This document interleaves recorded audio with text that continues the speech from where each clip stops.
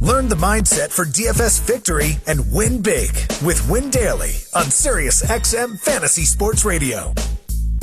And you hear that little 90s interlude. That's called bow down, right? So is everybody bowing down to Caitlin Clark? Should they bow down to Caitlin Clark? It is something, a topic that everyone's talking about. And right now we got Dan from Long Island on the line, and he wants to talk a little Caitlin Clark. Dan, welcome to the program. Hey, thank you very much. I appreciate it. Absolutely. What's going on, man? So, first time caller, I apologize. I'm just pulling over. Not to make it too long, but real quick, before Caitlin Clark and everything about the draft class this year came around, my wife and I never watched any women's basketball. I've always had the conversation of, hey, it's a business. They want more money. You have to bring in more money, that whole thing. With Caitlin Clark, we watched the NCAA women's tournament. We were glued to the TV. We watched the draft, even knowing she went number one. She's bringing all these eyes to the WNBA and all these new fans and everything you said. And going back to I forget her name, but the talk show host bringing it to race and sexual preference. And, you would think women would back up other women and promote them. And all they're doing is bringing her down. And like you said, she didn't ask for any of it. And I just think it's crazy that out of all the talks for the past decades about women's sports and not making enough money, and then now here's their opportunity to take advantage, and all they do is knock down the person that's bringing this all to them. And like you said, she didn't ask for it. So without getting into crazy stuff on the radio. But thank you very much for taking my call. Hey, Dan, before you go, man, the number one, I just want to thank you for calling because, you say first time, long time, that means a lot to us when we get people to call in. You pulled over, so you're being safe, which is great. But I want to ask you a question because you make some great points. I feel you on everything. You said it was the first time that, you and your wife had watched. Now, here's the thing. Let me ask you honestly, did it open you up to other players as well besides Caitlin Clark? It did, 100%.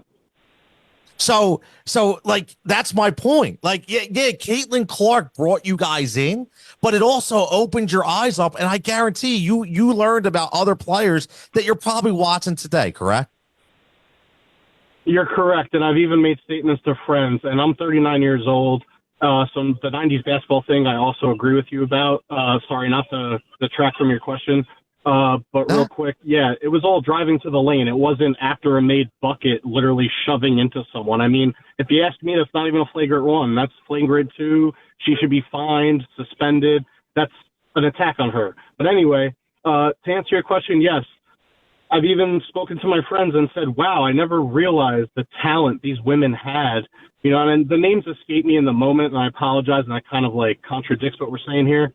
But watching them play, and I forget her name, but she made a really nice Euro step in the lane, and I was like, wow, that looked like a Luka move or like a Jamal Crawford move, not that Luka and Jamal are close, but yes, wow, these women can actually play. They're really talented. But then when you see the goon thug type stuff that's being pulled, it's crazy. Yeah, Dan, I got to applaud you. I got goosebumps listening to you. I did. I was like, this is the kind of thing. Yeah, this is the kind of thing I have a very similar perspective to you. I watch basketball. I watch some WNBA, but did I care that much in past years? Only maybe in the bigger games. I care about a 2-8 team right now. I'm watching the Fever when they're on. It has drugged me in. I got to see Sabrina do a 3-point contest against Steph this year and hang dead on with him.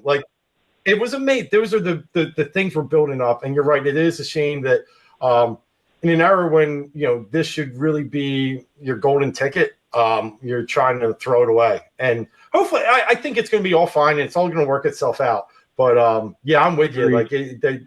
They're not using this the right way, but it's going to get there.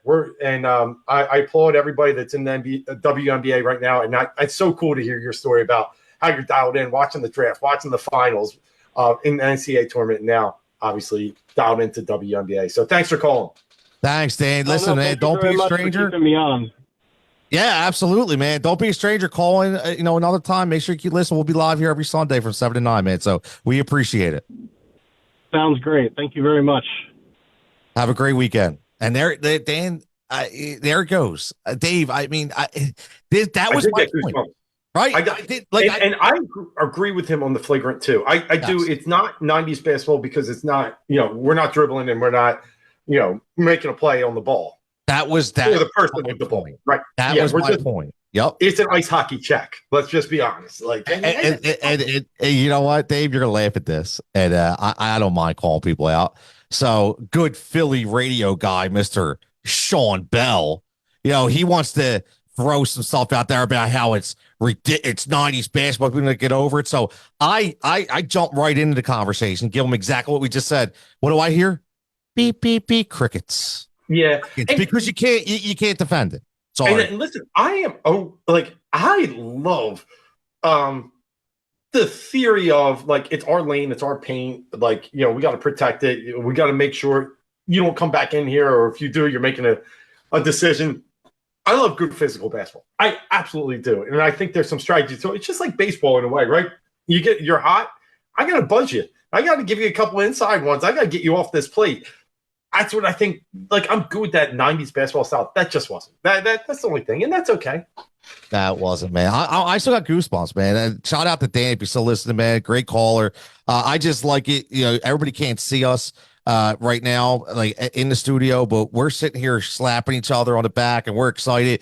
As soon as he said, only because it's what we were trying to say. It's opening everybody up to the product, which is absolutely what we want. And speaking about opening up to the product, Dave,